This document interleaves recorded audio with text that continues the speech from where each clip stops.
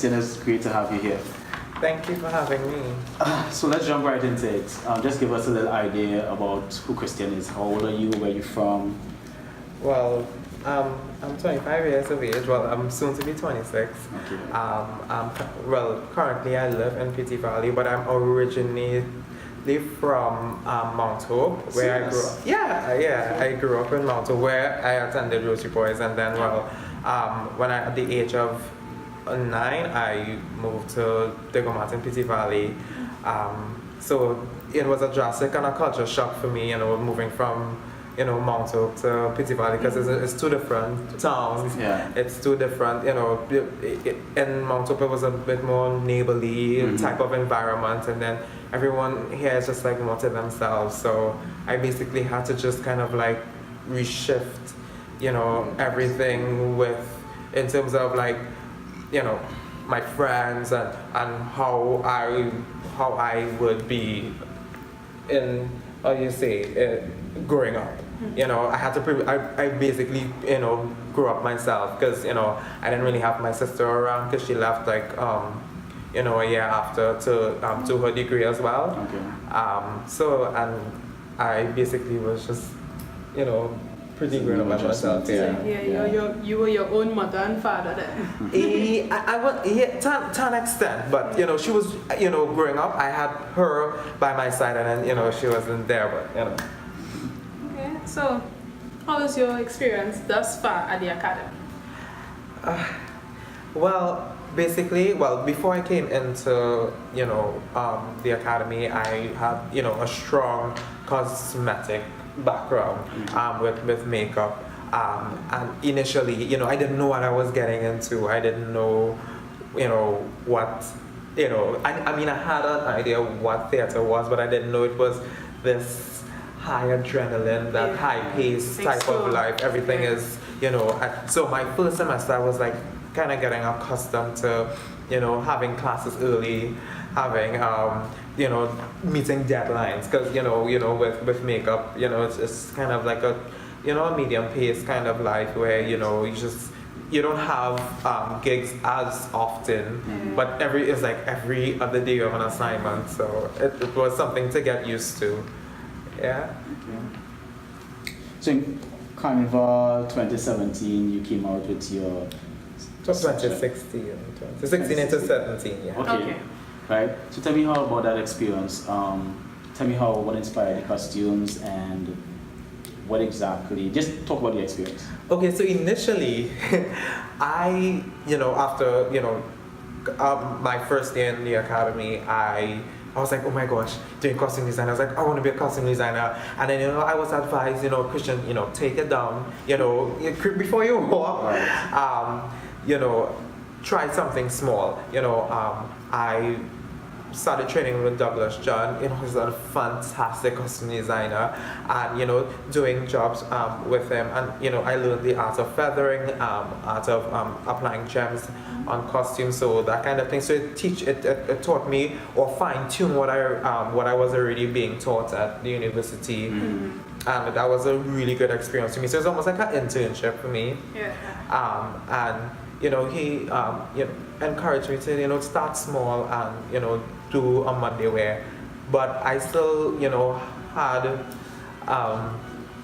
kind of of wanting to be this costume designer, of wanting to break out into the industry, and it was a kind of an experience of realizing that it doesn't happen just yet. Right. It comes with a lot of hard work, a lot of perseverance, and networking, and meeting different people, and a lot of things I still have to learn, because I was now introduced to wire bending, something that I didn't have never experienced before, which is like, this is the backbone of what makes carnival. You need to have a frame, you need to have a spine for everything, in everything that you do in life. So doing that experience, it was kind of it was an exhilarating experience, because doing school, doing work, and then trying to get a show on the rocks there. So it was just like, oh my gosh, it was like I was tired, but still the experience was it was really good. You know, I decided to name it Rebirth. So every section was named Rebirth of. So it almost like leave it up to the imagination. So one was like Rebirth of the Fiery Phoenix, Rebirth of the Mother Nymph, Rebirth of the Motherland, Rebirth of My People, and so on and so on. So each touched on something that I have been through in my life. Right. Okay, so just to elaborate on the Monday wear, is it how much extensive research you had to do, because you said something that you could relate to from your own life experience? Okay, so with design, you can either go the route of taking something that you go through on your daily life. Mm-hmm. It's just like, you know, writing a script. Or you can do your research of doing something that is factual. Right. So with that being said, but in terms of color and use, I had to do my research for that, but it still was connected to me. Right. I wanted something that would say Christian, because I wanted that, you know, people that we would bring back, you know, fabric and all these different things into Carnival, because after seeing, you know, Lost Tribe, you know, for the this was they going into their second year, and I was so amazed by the use of using rhythm and using of fabrics, and then it was like, oh my gosh, and then going through the whole of remembering Minchel and Tantan and Saga Boy and all these different things. It put me in a place where, oh my God, I think that we can push, you know, Monday, where just that people can wear a costume rather than just, you know, beach wear. Yeah. Kini. Something wrong. Alright, so I have a little question for those who can't draw. You think it's possible for those who don't have that little skill set to be able to be a costume designer? Well, yes and no, because there are different types of designers. So you have the designer at the forefront that, you know, you may not know how to sketch, but you know how to bring the idea across. You know, some sort of drawing skill is mandatory with designing, but once you know the use of color, once you know the elements of design, certain aspects as well. Once it's detailed. Yes, but you must know key things are the principles of composition and the elements of design. You know, these things you must have. As a designer, you must know that, okay, you have to do your research, you have to do your analysis, you have to go into an incubation period where you have to put down the paper and be like, okay, now take off it 5 minutes, 10 minutes a day, you know, so that all the ideas that you have now, you know, put into your head, try to map them out.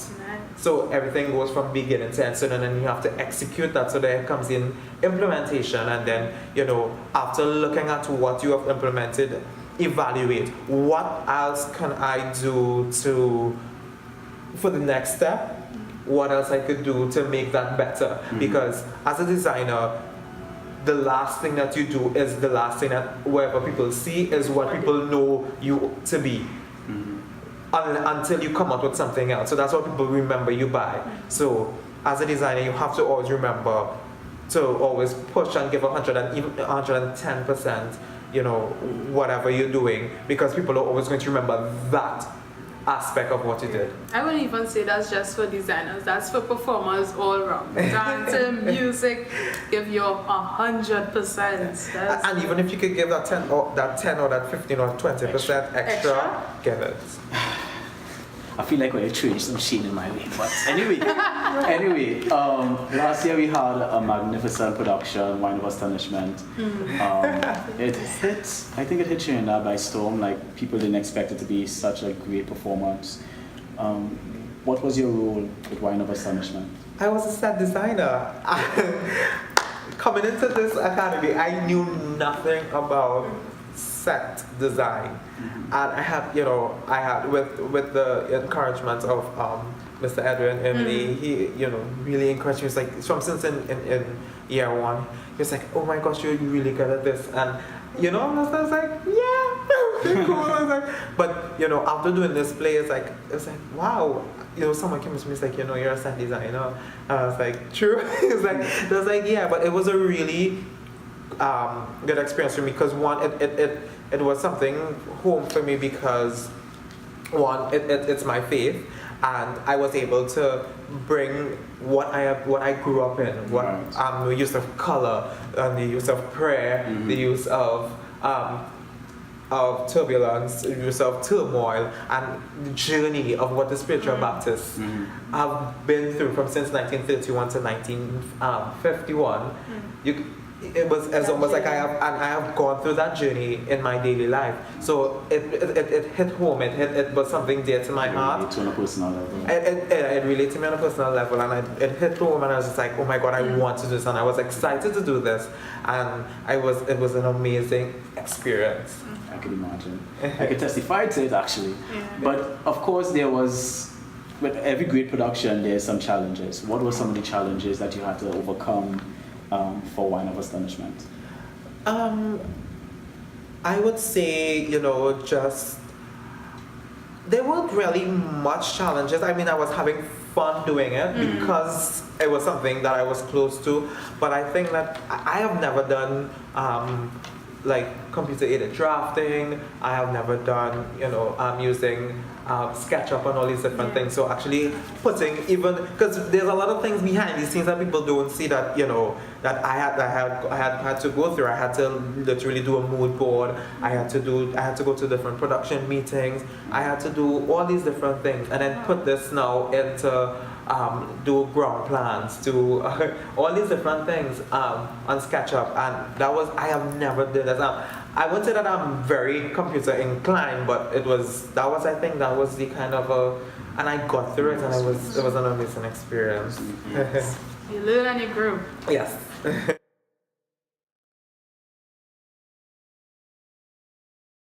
More than ever, I think that I am the future of theatre.